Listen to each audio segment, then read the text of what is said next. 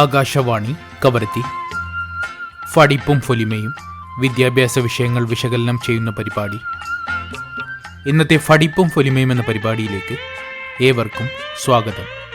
ഇന്ന് Indian independence act 1947, 1947 Indian സ്വാതന്ത്ര്യ നിയമം, ഈ വിഷയത്തെ ആസ്പദമാക്കി ശ്രോതാക്കളോട് സംസാരിക്കുന്നത് SJMM government senior secondary school Amini ദ്വീപിലെ സോഷ്യൽ സയൻസ് അധ്യാപികയായ ജസീറ ബീഗം.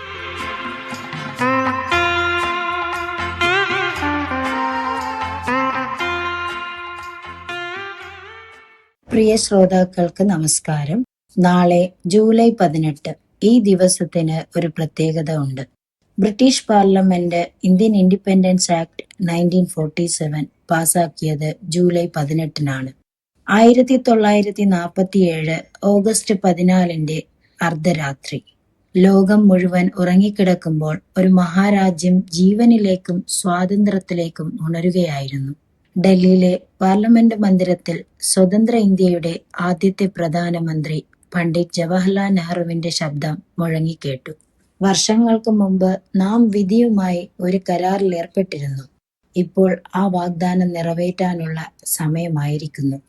ചരിത്രത്തിലെ ഏറ്റവും സുന്ദരമായ ആ നിമിഷം, അത് ഒരു നിയമത്തിന്റെ പിൻബലത്തോടെയാണ് സംഭവിച്ചത്. അതെ, നൂറ്റാണ്ടുകൾ നീണ്ട ബ്രിട്ടീഷ് അധിനിവേശത്തിന് നിയമപരമായി അന്ത്യം കുറിച്ച ഇന്ത്യൻ ഇൻഡിപെൻഡൻസ് ആക്ട് 1947, ഈ നിയമത്തെക്കുറിച്ചാണ് ഇന്ന് ഞാൻ നിങ്ങളുമായി സംസാരിക്കാൻ ആഗ്രഹിക്കുന്നത്. 1947 ഓഗസ്റ്റ് 15 എന്ന തീയതി നമ്മുടെ രാജ്യത്തിന്റെ ചരിത്രത്തിൽ സുവർണ ലിപികളാൽ എഴുതപ്പെട്ട ദിനമാണ്. എന്നാൽ ആ സ്വാതന്ത്ര്യത്തിന് നിയമപരമായ അടിത്തറ പാകിയത് ഈ നിയമമാണ്. ഈ നിയമം എങ്ങനെ രൂപം കൊണ്ടു? എന്തൊക്കെയാണ് ഇതിന്റെ പ്രധാന വ്യവസ്ഥകൾ? ഇതിന്റെ ചരിത്രപരമായ പ്രാധാന്യം എന്താണ്? എന്നിവയെക്കുറിച്ച് നമുക്ക് വിശദമായി മനസ്സിലാക്കാം. 1600 വ്യാപാര ആവശ്യങ്ങൾക്കായി ഇന്ത്യയിലെത്തിയ ബ്രിട്ടീഷ് ഈസ്റ്റ് ഇന്ത്യ കമ്പനി ക്രമേണ ഇന്ത്യയുടെ വിവിധ പ്രദേശങ്ങൾ തങ്ങളുടെ നിയന്ത്രണത്തിലാക്കി. 1857 ഒന്നാം സ്വാതന്ത്ര്യ സമരത്തിന് ശേഷം ഇന്ത്യയുടെ ഭരണം ബ്രിട്ടീഷ് സർക്കാരിന്റെ നേരിട്ടുള്ള നിയന്ത്രണത്തിലായി. തുടർന്ന് മഹാത്മാഗാന്ധിയുടെ നേതൃത്വത്തിലുള്ള അഹിംസാ സമരങ്ങളും ജവഹർലാൽ നെഹ്റു, സർദാർ വല്ലഭായ് പട്ടേൽ, മൗലാന അബ്ദുൽ കലാം ആസാദ്, സുഭാഷ് ചന്ദ്രബോസ് തുടങ്ങി നിരവധി ദേശീയ നേതാക്കളുടെ നേതൃത്വത്തിലുള്ള സ്വാതന്ത്ര്യ സമരവും ബ്രിട്ടീഷ് സാമ്രാജ്യത്തിന്റെ അടിത്തറ ഇളക്കി തുടങ്ങിയിരുന്നു. 1945 രണ്ടാം ലോക മഹായുദ്ധത്തിന് ശേഷം ബ്രിട്ടന് ഇന്ത്യ ഭരിച്ചുകൊണ്ടുപോവാൻ സാമ്പത്തികമായും രാഷ്ട്രീയമായും വലിയ ബുദ്ധിമുട്ടുകൾ നേരിട്ടു. ഇതോടൊപ്പം ഇന്ത്യയിൽ സ്വാതന്ത്ര്യത്തിനായുള്ള ജനകീയ ആവശ്യം അതിശക്തമായി ഉയർന്നു. ആ സമയത്താണ് ബ്രിട്ടനിൽ ലേബർ പാർട്ടി അധികാരത്തിൽ വരുന്നതും ക്ലമന്റ് ആറ്റ്ലി പ്രധാനമന്ത്രിയാകുന്നതും. വിശാലമായ ഇന്ത്യയെ ഇനി ബലപ്രയോഗത്തിലൂടെ അടക്കി ഭരിക്കുക സാധ്യമല്ലെന്ന് ആറ്റ്ലിക്ക് മനസ്സിലായി.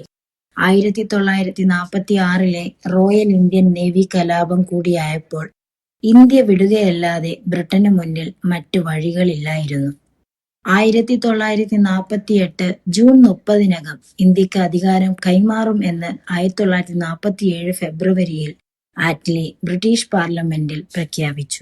ഇതിനായി അദ്ദേഹം ഇന്ത്യയിലേക്ക് അയച്ച അവസാനത്തെ വൈസ്രോയ് ആയിരുന്നു Lord mount batten. Mount batten ഇന്ത്യയിൽ എത്തുമ്പോൾ ഇവിടുത്തെ രാഷ്ട്രീയ സാഹചര്യം കലുഷിതമായിരുന്നു. അഖണ്ഡ ഇന്ത്യ എന്ന ഇന്ത്യൻ നാഷണൽ കോൺഗ്രസിന്റെ സ്വപ്നവും പാകിസ്ഥാൻ എന്ന മുഹമ്മദ് അലി ജിന്നയുടെയും മുസ്ലിം ലീഗിന്റെയും ഉറച്ച നിലപാടും തമ്മിൽ ഏറ്റുമുട്ടി. വിഭജനമില്ലാതെ സ്വാതന്ത്ര്യം എന്ന ഗാന്ധിജിയുടെ ആഗ്രഹം പക്ഷേ വർഗീയ ലഹളകളുടെ ചോരച്ചാലുകൾക്ക് മുന്നിൽ വഴിമാറി. ഒടുവിൽ വിഭജനം അനിവാര്യമാണെന്ന തിരിച്ചറിവിൽ 1947 ജൂൺ 3 മൗണ്ട് ബാറ്റൻ പദ്ധതി പ്രഖ്യാപിക്കപ്പെട്ടു. ഇന്ത്യയെ ഭാരതമെന്നും പാകിസ്ഥാൻ എന്നും രണ്ടായി വിഭജിക്കുക. ഈ മൗണ്ട് ബാറ്റൻ പദ്ധതിക്ക് നിയമപരമായ രൂപം നൽകിയതാണ് ഇന്ത്യൻ സ്വാതന്ത്ര്യ നിയമം 1947. 1947 ജൂലൈ 18 ബ്രിട്ടീഷ് പാർലമെന്റ് ഈ നിയമം പാസാക്കിയത്. ഈ നിയമം 1947 ഓഗസ്റ്റ് 15 മുതൽ പ്രാബല്യത്തിൽ വന്നു. ഇന്ത്യയിലും പാകിസ്ഥാനിലും ഓരോ ഗവർണർ ജനറൽമാരെ നിയമിക്കാൻ വ്യവസ്ഥ ചെയ്തു.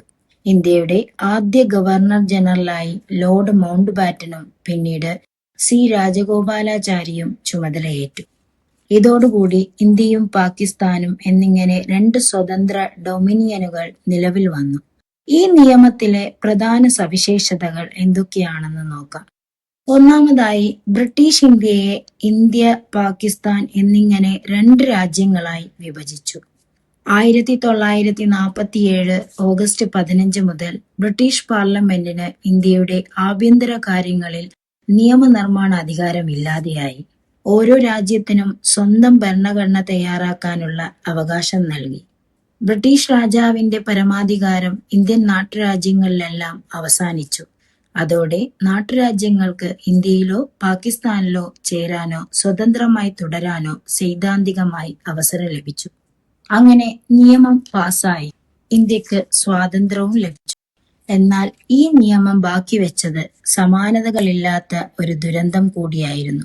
സർ സിറിൽ റാഡ്ക്ലിഫ് എന്ന ബ്രിട്ടീഷുകാരൻ ഇന്ത്യയുടെ ഭൂപടത്തിൽ വരച്ച അതിർത്തി രേഖ കേവലം മണ്ണിലൂടെ ആയിരുന്നില്ല കടന്നുപോയത്. അത് മനുഷ്യരുടെ ഹൃദയങ്ങളിലൂടെയായിരുന്നു. സ്വാതന്ത്ര്യത്തിന്റെ ആഹ്ലാദം ഡൽഹിയിൽ അലയടിക്കുമ്പോൾ രാഷ്ട്രപിതാവ് മഹാത്മാഗാന്ധി അവിടെ ഉണ്ടായിരുന്നില്ല. ബംഗാളിലെ നവഖാലിയിൽ വർഗീയ ലഹളകൾക്കിരയായ മനുഷ്യരുടെ കണ്ണീരൊപ്പുകയായിരുന്ന അദ്ദേഹം വേദനയോടെ പറഞ്ഞു, ഇന്ന് നമുക്ക് സ്വാതന്ത്ര്യം ലഭിച്ചിരിക്കുന്നു. എന്നാൽ എന്റെ ഹൃദയം വിഭജനത്തിന്റെ മുറിവുകളാൽ രക്തം വാർക്കുകയാണ്. സ്വന്തം വീടും മണ്ണും ഉപേക്ഷിച്ച് പലായനം ചെയ്യേണ്ടി വന്ന ദശലക്ഷങ്ങളുടെ കണ്ണീരും ചോരയും ഈ നിയമത്തിന്റെ ഇരുണ്ട വശമായി ചരിത്രത്തിൽ അവശേഷിക്കുന്നു. എന്നാൽ മറുവശത്ത് ഈ നിയമം ഇന്ത്യക്ക് നൽകിയ ഏറ്റവും വലിയ വെല്ലുവിളി നാട്ടുരാജ്യങ്ങളുടെ സംയോജനമായിരുന്നു. 565 നാട്ടുരാജ്യങ്ങൾ സ്വതന്ത്രമായി നിന്നാൽ ഇന്ത്യ ഒരു 100 കഷ്ണങ്ങളായി ചിതറിപ്പോകുമായിരുന്നു. അവിടെയാണ് ഇന്ത്യയുടെ ഉരുക്കു മനുഷ്യൻ സർദാർ വല്ലഭായ് പട്ടേൽ എന്ന രാഷ്ട്രതന്ത്രജ്ഞന്റെ പ്രസക്തി നാം തിരിച്ചറിയുന്നത്.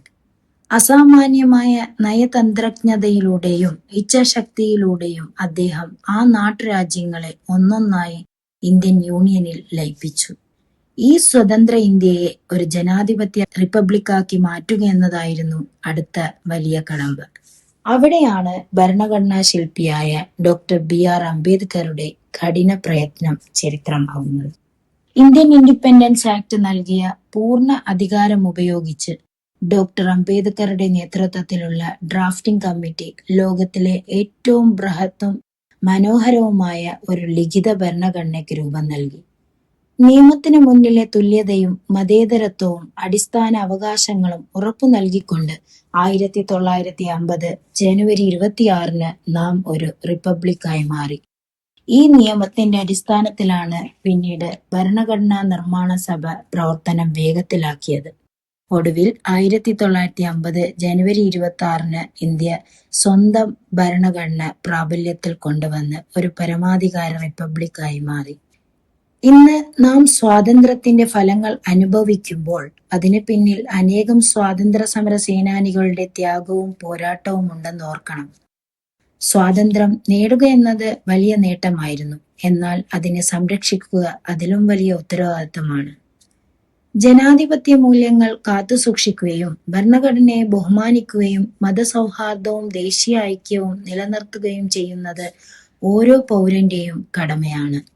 അങ്ങനെ 1947 ഇന്ത്യൻ ഇൻഡിപെൻഡൻസ് ആക്ട് എന്ന ബ്രിട്ടീഷ് ഭരണതന്ത്രത്തിന്റെ ഡിവൈഡ് ആൻഡ് റൂൾ എന്ന മനുഷ്യത്വരഹിതമായ ഈ നിയമം ആദ്യമായി പരീക്ഷിച്ച രാജ്യവും അവസാനമായി നടപ്പാക്കിയ രാജ്യവും നമ്മുടെ ഭാരതമായി മാറി.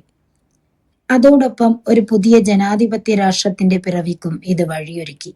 ചരിത്രത്തിന്റെ ഈ സുവർണ അധ്യായങ്ങളെക്കുറിച്ച് പഠിക്കുമ്പോൾ നമ്മുടെ ഹൃദയങ്ങളിൽ രാജ്യത്തോടുള്ള സ്നേഹവും ഭരണഘടനയോടുള്ള അങ്ങേയറ്റത്തെ ബഹുമാനവും ജനാധിപത്യ മൂല്യങ്ങളോടുള്ള അചഞ്ചലമായ പ്രതിബദ്ധതയും നിറഞ്ഞു നിൽക്കട്ടെ. ഓർക്കുക, നമ്മുടെ പൂർവികർ നേടിയെടുത്ത ഈ സ്വാതന്ത്ര്യം കൂടുതൽ ശോഭയോടെ വരും തലമുറകൾക്ക് കൈമാറാനുള്ളത് നമ്മളാണ്. സ്വാതന്ത്ര്യത്തിനായി ജീവൻ ബലിയർപ്പിച്ച എല്ലാ മഹാന്മാരെയും ഈ അവസരത്തിൽ ആദരപൂർവ്വം സ്മരിക്കാം. നന്ദി, നമസ്കാരം. ജയ് ഹിന്ദ്.